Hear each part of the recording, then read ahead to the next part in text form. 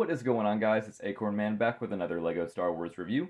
In today's video, we're going to be talking about the 75314 Bad Batch Attack Shuttle, released back in the summer of 2021 for $100. Real quick, guys, don't forget to leave a like or comment on this video if you're a big fan of this set, the Bad Batch, or this review. So without further ado, let's get this review started by taking a look at the box.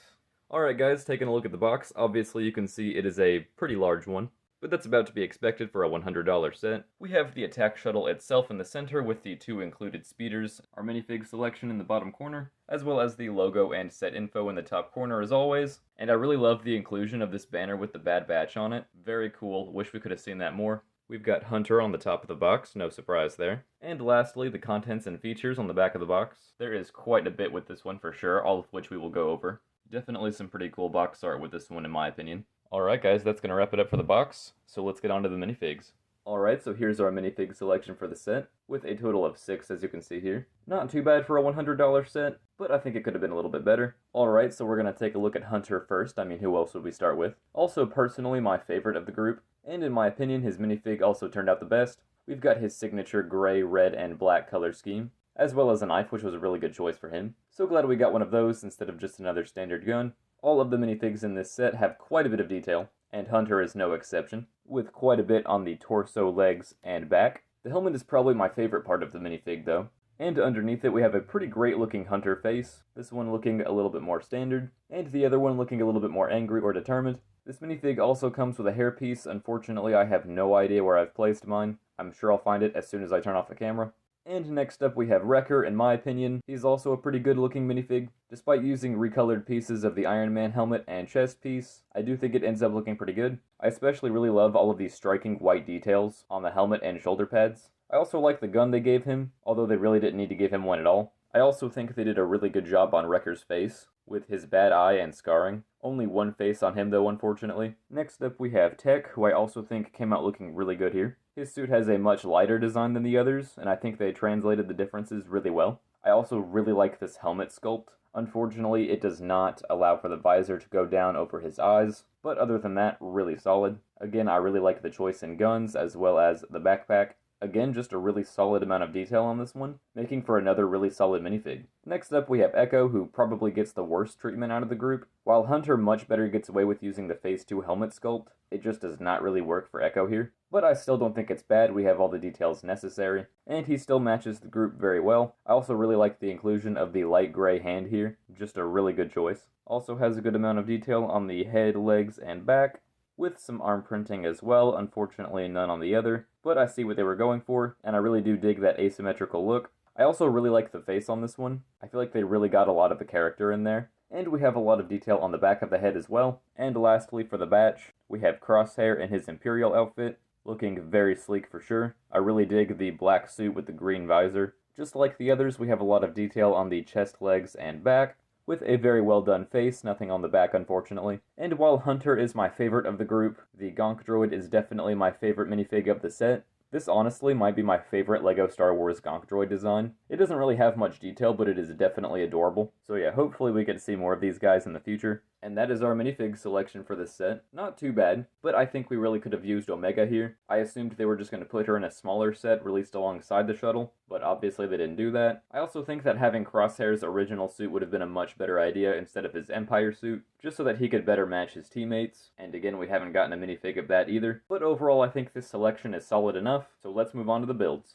And here we have the 3 builds for the set. The shuttle itself, along with 2 speeders. I really dig the lime green color of this one. Very sleek for sure. I also really dig the builds for these engine pieces here, with one on the other side as well. Unfortunately, we do have 2 stickers on this one, but they're pretty easy to apply, so I won't take off points for it. Next up, we have a bark speeder done up in dark Imperial colors, mostly dark gray and black with a navy seat, and I really dig it. More stickers on this one though, unfortunately, 1 at the top, and 3 on the back. Not a huge deal, but still. And we have 2 stud shooters on the front here. A lot of people might have a problem with that, but I personally don't really mind. As much as I do like the designs of these 2 speeders, I just don't think they were necessary for this set. And I would have rather had their piece count go toward the ship, and I'll explain why in just a minute. So overall, these are fine, but definitely nothing special. And finally, that brings us to what you guys came here to see, the Bad Batch Attack Shuttle itself, or the Marauder as it is usually called. And I have a lot of mixed feelings about this set, but I'll start with the positives. It's overall a well-designed ship, I think, as in it looks accurate and proportionate to what we see in the show. I do really dig the blue color used, even though I don't think it was the most accurate decision. Personally, I would have much rather all of this blue be redone with this gray color that we see here, and in a few more places throughout the ship, but I definitely don't hate it. I think they were just trying to get a little bit more color in there.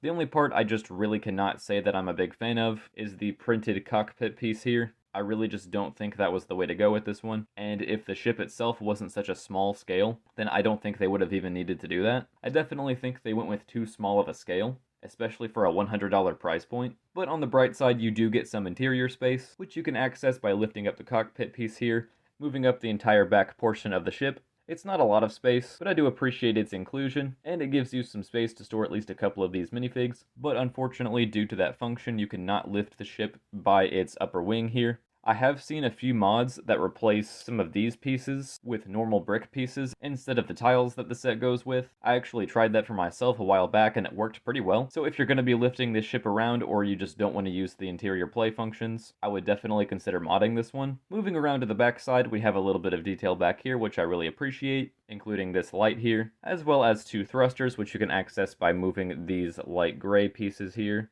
Definitely a very good look. You also have two small cannons back here as well, which can move a little bit, but not too easily, unfortunately. You also have a cannon on each side of the ship here. And lastly, of course, the wings are adjustable, although the ones on mine like to put up just a little bit of a fight. And here we have it, the Bad Batch Attack Shuttle, or the Marauder itself. In its attack formation, as you can see, I'm having trouble just fitting it in the frame. Just like the Imperial Shuttle, it's a pretty good size once you have the wings displayed out, and as such, I wouldn't really recommend displaying it like this, but I have to admit it does look pretty good. I could definitely see kids having a lot of fun with this one. Alright guys, so that just about covers everything on the 75314 Bad Batch Attack Shuttle, and honestly, I'm pretty mixed on this one, and not really leaning in a positive direction. I think for its $100 price point, you're just not getting enough to justify that. They really try with the two speeders here, but I just don't think it works. I would have much rather the entire piece count of this set to be used solely for the ship, even if that would just make it a little bit bigger. Especially since it comes with 6 minifigs, you can't really have very many of them interacting with the ship at the same time. Really, you can fit 2, maybe 3 in there at once. I think the ship itself looks okay. I really don't like the printed cockpit piece. Really just makes it look lazy in my opinion. And I really wish it would have all been done up in gray instead of blue. The minifig selection I think is okay. I think if they had included Omega and given Crosshair his pre-Empire outfit, I would give it a few more points in the minifig department, but as it is, it's just okay. Overall, I give this set a 6 out of 10. I think it is passable, and with a price point of maybe $80 or $85, I could bump that up to a 7, but as it is, I just really don't think it's worth your money. I can only really recommend this set if you're a fan of the ship, the Bad Batch itself, or the show. If you're just a more casual LEGO Star Wars fan, you can definitely skip this one, but overall I think it's fine. I'm not mad at it. Alright guys, I think that's going to wrap up my review. Let me know what you think of this set or the show down in the comments below. I'd love to hear what you think. And don't forget to leave a like and a comment on this video if you're a fan of this set or enjoyed this review. And subscribe to the channel for more LEGO Star Wars content. That's going to be it for me guys, and I'll see you in the next one.